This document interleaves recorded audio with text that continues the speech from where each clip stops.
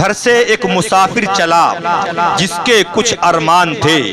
घर से एक मुसाफिर चला जिसके कुछ अरमान थे। कुछ कदम आगे चला रास्ते में कब्रिस्तान थे। कुछ कदम आगे चला रास्ते में कब्रिस्तान थे। कब्रिस्तान में एक हड्डी मिली जिसके कुछ बयान थे। कब्रिस्तान में एक हड्डी मिली जिसके कुछ बयान थे।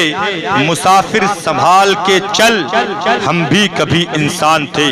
मुसाफिर संभाल कर चल, हम भी कभी इंसान थे।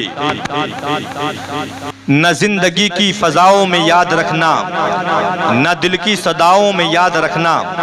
न जिंदगी की फजाओं में याद रखना, न दिल की सदाओं में याद रखना।